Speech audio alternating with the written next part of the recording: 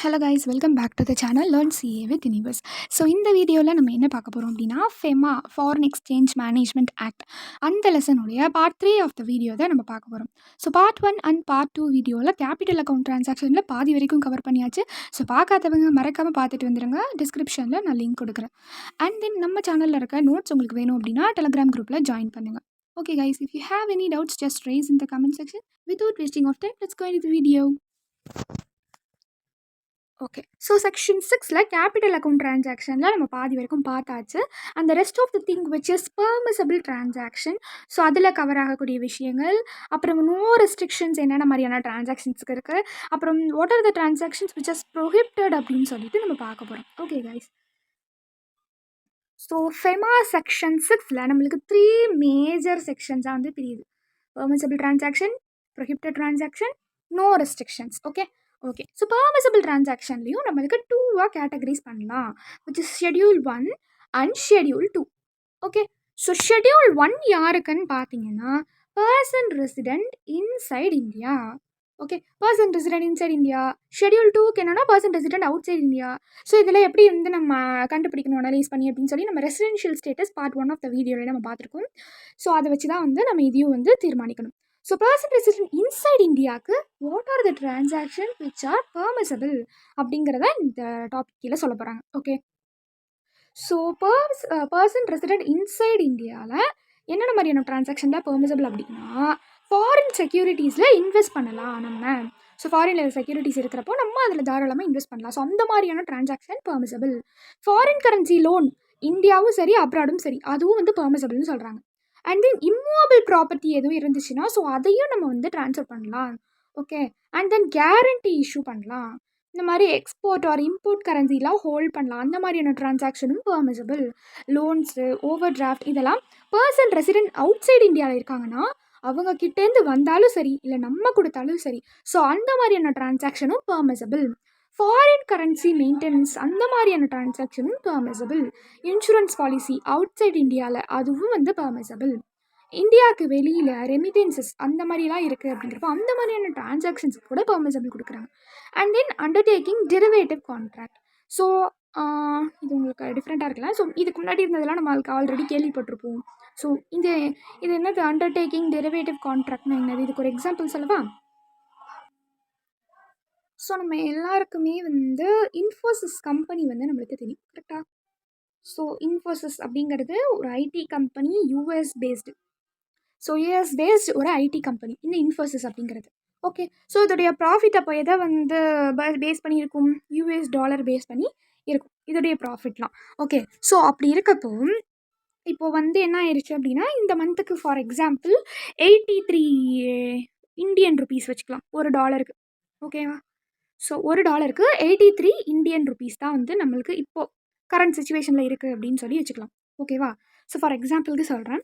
So இப்படி இருக்கப்போ நம்மளோட இந்தியன் கரன்சி விட இது அதிகமான ஒரு வேல்யூ உள்ள கரன்சி தான். ஸோ இந்த மாதிரி வந்து அவங்க ப்ராஃபிட் ஏர்ன் பண்ணுறப்போ மாதம் இதுதான் அவங்களுக்கு ப்ராஃபிட்டாகவே இருக்கும். ஸோ அந்த மாதிரி இருக்கப்போ இப்போ திடீர்னு ஒரு 3 மந்த் கழித்து நம்ம பார்க்குறப்போ 3 மந்த் கழித்து பார்க்குறப்போ திடீர்னு யூஎஸ் டாலர் வந்து என்ன ஆயிடுச்சு அப்படின்னா 75 ருபீஸ்க்கு வந்து வந்துருச்சு. ரொம்ப வந்து இன்ஃபோசிஸ் கம்பெனி சோகத்தில் மூழ்கிடும். பட் ஆனால் அதுதான் இங்கே நடக்காது. என்னென்னா அவங்க இதுக்கு முன்னாடியே என்ன பண்ணிடுவாங்க, ஃபார்வர்ட் கான்ட்ராக்ட்னு ஒன்று போட்டுருவாங்க. ஸோ ஃபார்வர்ட் கான்ட்ராக்டில் என்ன இருக்கும் அப்படின்னா, இப்போ நீங்கள் எனக்கு இந்த டாலர் 83 ருபீஸ்க்கு ஃபிக்ஸ்டு அப்படின்னா 3 மாதம் கழிச்சு உங்கள் எக்ஸ்சேஞ்ச் ரேட் குறைஞ்சாலே என்ன தான் பண்ணணும், எனக்கு நீங்கள் இதே எக்ஸ்சேஞ்ச் ரேட்டில் தான் ப்ராஃபிட் வரணும். ஸோ அதை முன்னாடியே அவங்க ஃபிக்ஸ் பண்ணி கான்ட்ராக்டை போட்டுடுறாங்க. ஸோ இந்த மாதிரி இருக்கிறதா undertaking derivative contracts. Okay, I hope உங்களுக்கு இப்போ புரிஞ்சிருக்கும்னு நினைக்கிறேன். ஸோ இதை தான் வந்து என்ன சொல்கிறாங்க, இந்த மாதிரியான ட்ரான்சாக்ஷன்ஸும் என்னது பெர்மிசபிள் அப்படின்னு சொல்லி சொல்கிறாங்க. ஓகேவா? ஸோ இதுதான் வந்து என்னென்னா பர்சன் ரெசிடென்ட் இன்சைடு இந்தியாவுக்கு இருக்கக்கூடிய permissible transactions. So person resident out side இந்தியாவுக்கு என்னென்ன ட்ரான்சாக்ஷன் இங்கே வந்து அது அப்படியே தான் வரும். அதாவது இன்வெஸ்ட்மெண்ட் பண்ணலாம், வெளியில் இருக்கவங்க இந்தியாவில் இன்வெஸ்ட்மெண்ட் பண்ணலாம். ஸோ இந்த மாதிரி செக்யூரிட்டிஸ் ஃபார்மில் இஷ்யூ பண்ணலாம், கான்ட்ரிபியூஷன் கம்பெனிஸ் என்டிட்டிஸில் கூட இருக்கலாம். அண்ட் தென் இமூவபிள் ப்ராப்பர்ட்டி அக்வயரும் பண்ணலாம், ட்ரான்ஸ்ஃபரும் பண்ணலாம். Same guarantees. இந்த பாருங்க, இம்போர்ட் எக்ஸ்போர்ட் கரன்சி அதேமாரி தான். Person resident inside India, person resident outside India, இவங்க 2 பேருக்கும் நடுவில் இருக்கிற டெபாசிட்ஸ் கூட இங்கே permissible. Same remittances, same undertaking derivative contract இதே தான் வரும். பட் இதில் என்னென்னலாம் இந்த ஷெட்யூல் 2ல் இருக்காது அப்படின்னு பார்த்தோன்னா, ஃபாரின் கரன்சி லோன்ஸ் வராது. ஓகேவா?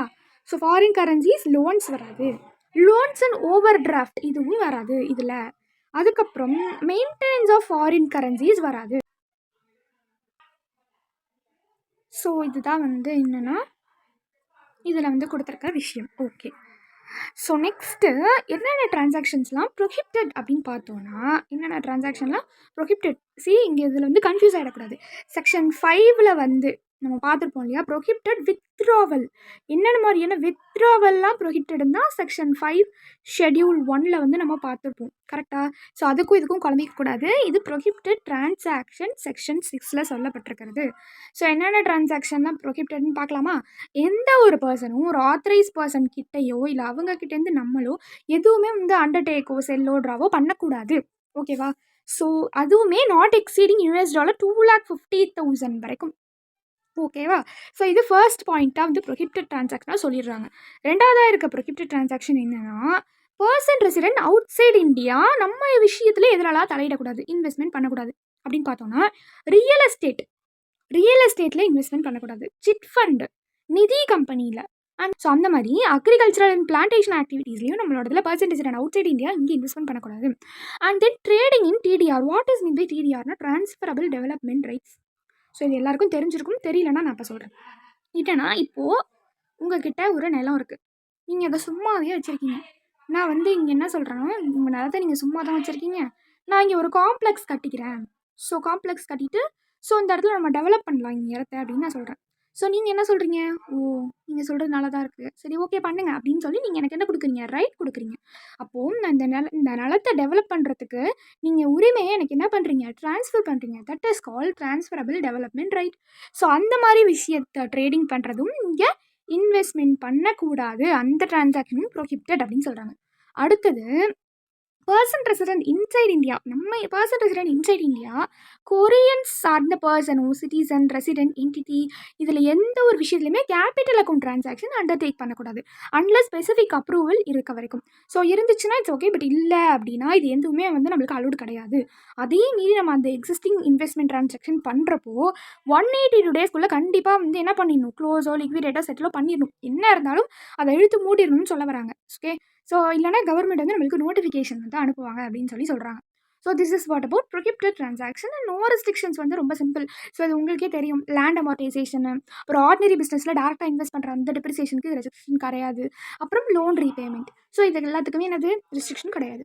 So this is what about famous section 6 permissible transaction, prohibited transaction and no restrictions. Okay guys, so இது ஈஸியாக ஞாபகம் வச்சுக்கிறதுக்கு தான் இந்த ஆக்ரோனிம் மாதிரி செட் பண்ணேன். ஸோ யூஸ் பண்ணிக்கோங்க. ஓகே கைஸ், ஸோ நெக்ஸ்ட் யூஸ்ஃபுல்லான வீடியோவில் நம்ம திரும்ப பார்க்கலாம். உங்களுக்கு ஏதாவது டவுட்ஸ் இருந்துச்சுன்னா மறக்காமல் கமெண்ட் செக்ஷனில் சொல்லுங்கள். வீடியோ பிடிச்சிருந்துச்சு அப்படின்னா லைக் போடுங்க. Okay guys, so we will see in the next video. Until then, this is Shweta signing off. Thank you.